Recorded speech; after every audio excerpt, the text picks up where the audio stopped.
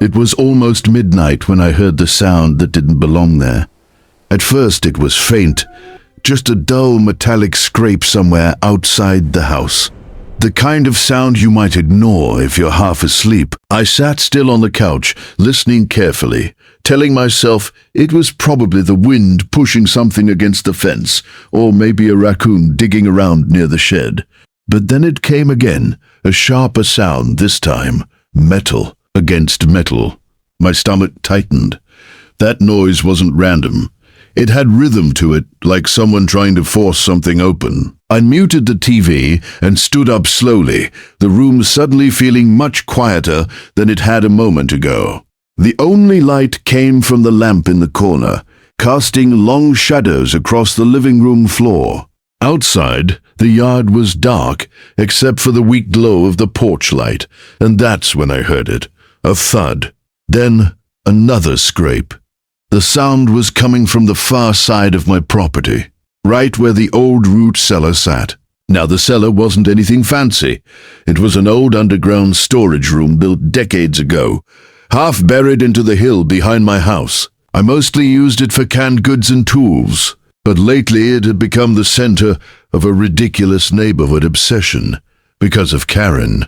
Everyone in the neighborhood knew her, the type of person who watched everyone's yard like it was her full-time job. If your trash can stayed out 10 minutes too long, she noticed. If someone parked slightly over the curb, she reported it. And for some reason, over the past few months, she had become convinced that something suspicious was happening in my root cellar. She had asked questions about it. Weird questions. What was I storing down there? Why did I go there at night sometimes? Why did the door stay locked? The truth was simple. It was just storage. But Karen didn't believe simple explanations. She believed secrets. And as I stepped quietly toward the window, parting the curtain just enough to see outside, my heart suddenly started pounding. Because standing in the dim porch light, right in front of the cellar door, was Karen. And she wasn't just standing there. She was trying to break in. Karen had always believed the neighborhood was her responsibility, even though nobody had ever asked her to take that role. Some people have hobbies: gardening, fishing, reading. Karen's hobby was watching other people's lives, like a security camera that never turned off. If someone parked their car a little too close to the curb, Karen noticed. If a package sat on a porch longer than usual, Karen noticed. If a trash bin stayed outside 5 minutes past pickup day, Karen noticed that too. But noticing things wasn't the problem. Karen believed noticing gave her authority. The first time she approached me about the root cellar was during a perfectly normal afternoon. I had just come back from the grocery store and was carrying a few boxes down the hill toward the cellar door. Nothing unusual, just canned goods and some tools I wanted to store where it stayed cool and dry. Karen appeared out of nowhere, like she had been waiting for the moment. "Oh, you're going down there again," she said, tilting her head like she was solving a puzzle. I shrugged and kept walking. "Just storing some supplies." But that answer didn't satisfy her. Karen wasn't the type of person who believed simple explanations. In her mind, if something was ordinary, it must secretly be extraordinary. Over the next few weeks, the questions started coming more often. What exactly was I storing down there? Why did I sometimes go to the cellar after sunset? Why was the door always locked? At first, I answered politely. The same answer every time. It's just storage. Food, tools, some old equipment. Nothing exciting. But Karen never seemed convinced. Soon the questions turned into accusations disguised as curiosity. "You know," she said one morning while I was getting my mail, "people in the neighborhood have been talking.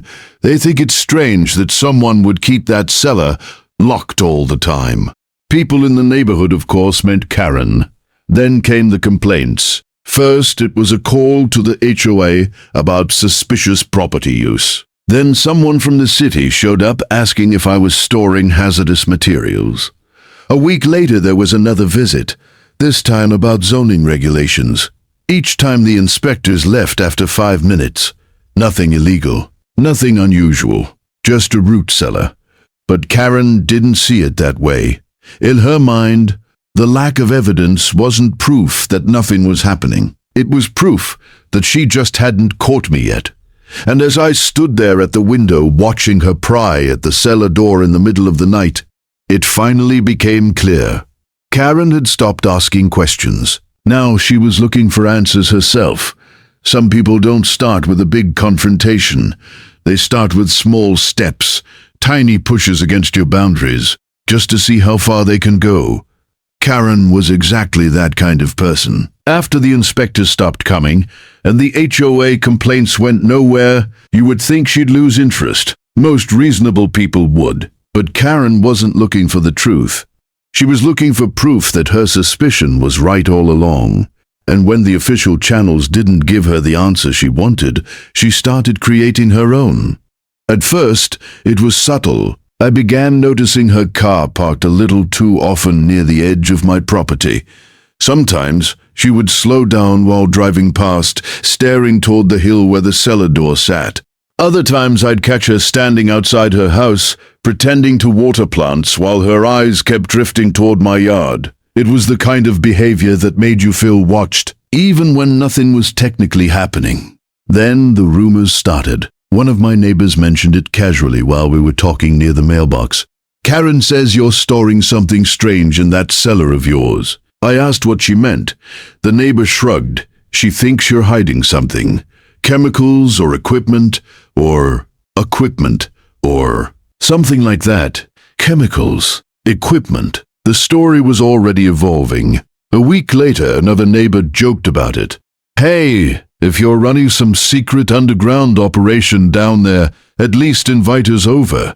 He laughed. I smiled politely, but inside something didn't feel right. Rumors have a strange way of growing once they're released into a neighborhood. Every time they get repeated, they become a little more dramatic, and Karen seemed to enjoy feeding that drama. Soon I noticed something else. She had started walking her dog along the path behind my property. Not once or twice, but almost every evening. The same slow walk, the same curious glances toward the cellar door, like she was measuring the distance or studying the lock. The pattern became impossible to ignore. Karen wasn't just gossiping anymore, she was observing, watching, waiting. One night, while taking out the trash, I even caught her standing at the edge of the tree line behind my yard. She froze when she saw me, then quickly turned around and walked back toward the street like she had been doing something completely normal. But nothing about it felt normal, and that's when I realized something important.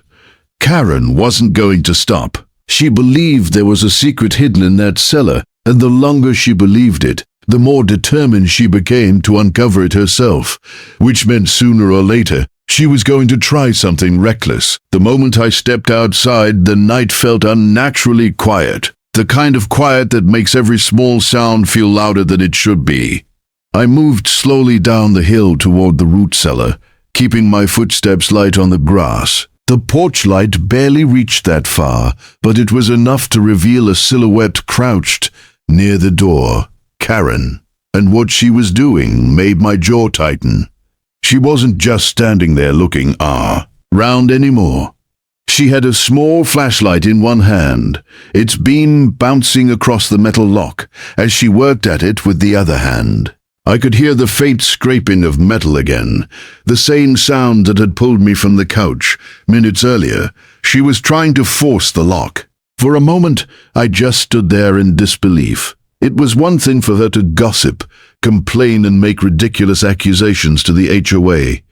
But this was different. This was trespassing, and she wasn't even trying to hide it. The flashlight beam jerked around as she adjusted her position, muttering something under her breath while she kept fiddling with the lock. It sounded like frustration, like someone who had been trying for a while. Then suddenly there was a sharp click. The sound carried clearly through the quiet night. Karen froze for half a second. and then slowly pulled the cellar door open. My stomach dropped. She looked around quickly, scanning the yard. From where I stood in the shadow of the house, she couldn't see me. The porch light behind me kept my face hidden in darkness. For a brief moment, it looked like she might reconsider.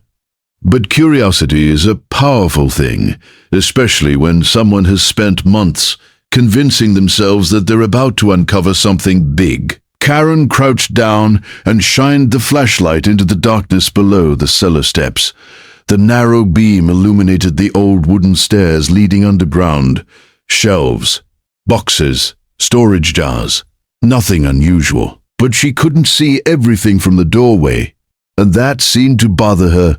She hesitated only a moment before stepping down inside. One foot, then the other. The cellar door creaked softly as it swung wider, and Karen disappeared into the darkness beneath the hill.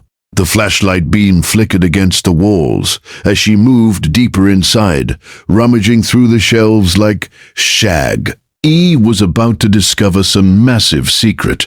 That's when the situation stopped being unbelievable and started becoming an opportunity.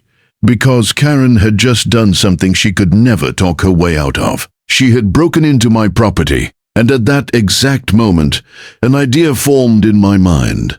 For a moment I stood there in the darkness, watching the faint beam of Karen's flashlight bounce around inside the cellar. Every few seconds I could hear the shuffle of boxes, the clink of glass jars being moved around, and the occasional frustrated sigh echoing up the stairs. She was searching, digging through shelves like she was about to uncover some grand secret she had imagined for months. And the strange part was, she sounded disappointed.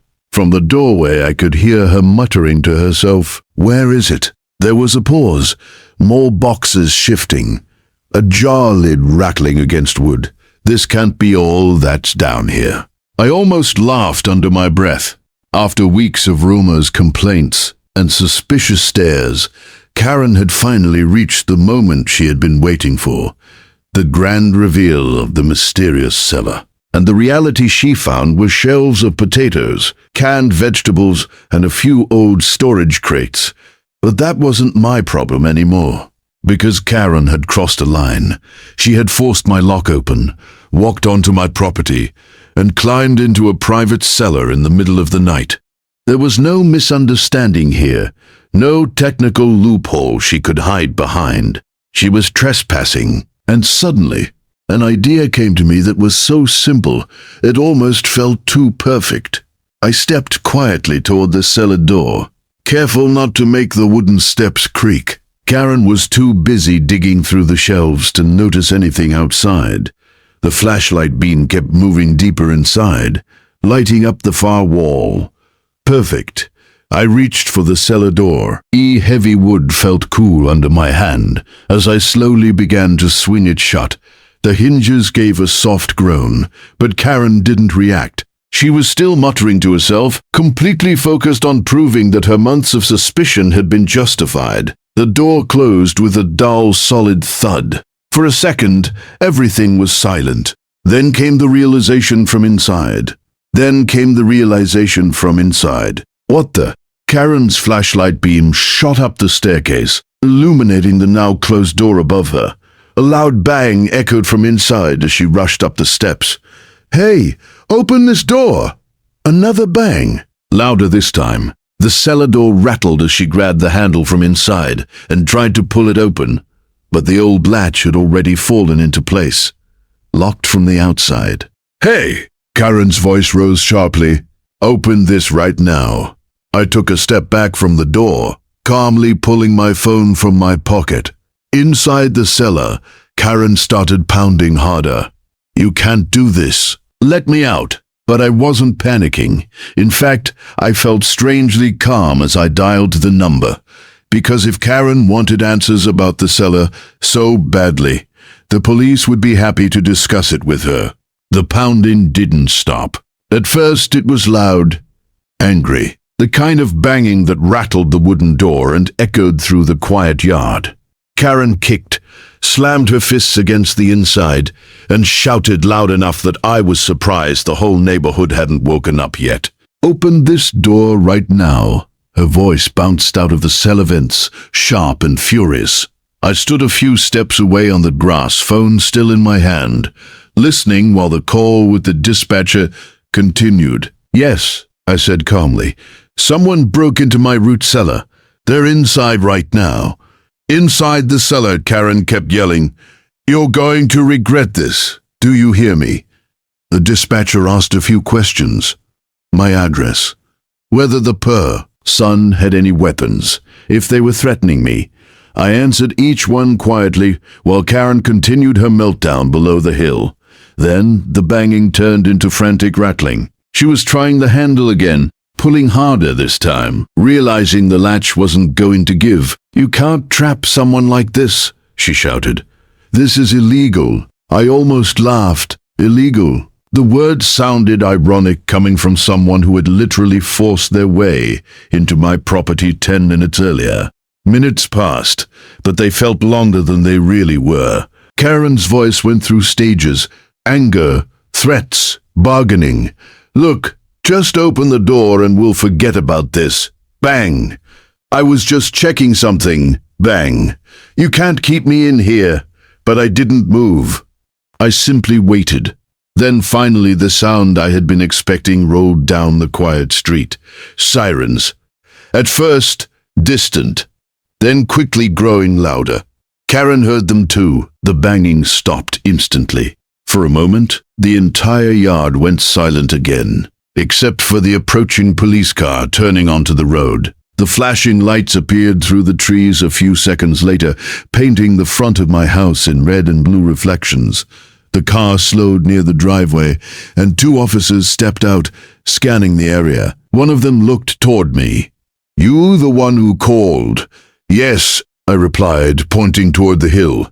"She's inside the cellar." The officer raised an eyebrow slightly. Inside the cellar, right on cue, Karen started shouting again the moment she realized the police had arrived. "Officer, I'm down here." One of the officers walked over to the cellar door while the other stood nearby, watching carefully. "Ma'am," the officer called down through the door. "Are you inside there?" "Yes, this man locked me in," Karen yelled. The officer glanced back at me briefly. Then he slowly lifted the latch and pulled the cellar door open. The flashlight beam from inside shot up the staircase as Karen rushed toward the opening, clearly ready to explain her version of the story. But the moment she stepped out into the flashing police lights, her confidence seemed to hesitate, because now she had to explain something very simple: why she was standing inside someone else's cellar in the middle of the night. Karen stepped out of the cellar like someone walking onto a stage she hadn't prepared for. The flashlight was still in her hand, her hair slightly messy, dirt on the knees of her pants from kneeling on the cellar floor. For a split second she looked around at the flashing red and blue lights, the 2 officers standing nearby, and me quietly watching from a few feet away. You could almost see the moment her brain started racing. She opened her mouth quickly, words spilling out before anyone had even asked a question. "Officer, thank goodness you're here. This man locked me inside his cellar." One of the officers raised a hand slightly. "Ma'am," he said calmly, "we'll get to that. But first, can you explain why you were inside the cellar?" Karen hesitated. It was brief, but noticeable. "Well, I was checking something," she said, trying to sound confident again. "Checking what exactly?" the officer asked. Karen shifted her weight, glancing briefly at me like she was trying to measure how much damage control she needed. "I had reason to believe there was something illegal happening here," she said. "The cellar has always been suspicious." The officer looked down the stairs into the cellar for a moment. Shelves of jars, boxes of potatoes, old storage crates. Nothing suspicious. Nothing suspicious. Just a cellar. "And what gave you that reason?" he asked. Karen's explanation quickly started falling apart. "Well, he goes down there sometimes, and the door is always locked, and neighbors have mentioned—" "Neighbors," the officer interrupted. Karen paused again. The second officer stepped forward slightly. "Ma'am," he said, "did the homeowner give you permission to enter the cellar tonight?" Karen didn't answer right away. That silence said everything, because the moment she admitted she didn't have permission, the entire situation became very simple. Trespassing. The officers exchanged a quick glance before one of them spoke again, his voice calm but firm. "So just to confirm, you forced open the lock and entered this property without permission because you suspected something illegal." Karen tried to recover. "I was investigating." "You're not law enforcement," the officer replied. For the first time since she climbed out of the cellar, Karen's confidence visibly cracked. The reality of the situation finally settled in. Instead of exposing some imaginary secret, she had just explained, in front of two police officers, exactly why she had broken into someone else's property in the middle of the night. The officer gestured gently toward the driveway. "Ma'am, we're going to need to talk over here." As they began walking her toward the patrol car, Karen turned once more, shooting me a glare filled with frustration, disbelief, and the sudden realization that her months of suspicion had just collapsed in one embarrassing moment. And as the patrol car lights continued flashing across the yard, I couldn't help but think about how strange the whole situation was. Karen had spent months searching for a secret that didn't exist. But in the end, the only thing she uncovered was her own mistake. And sometimes, karma doesn't need a complicated plan. Sometimes, it just waits patiently, right behind a cellar door.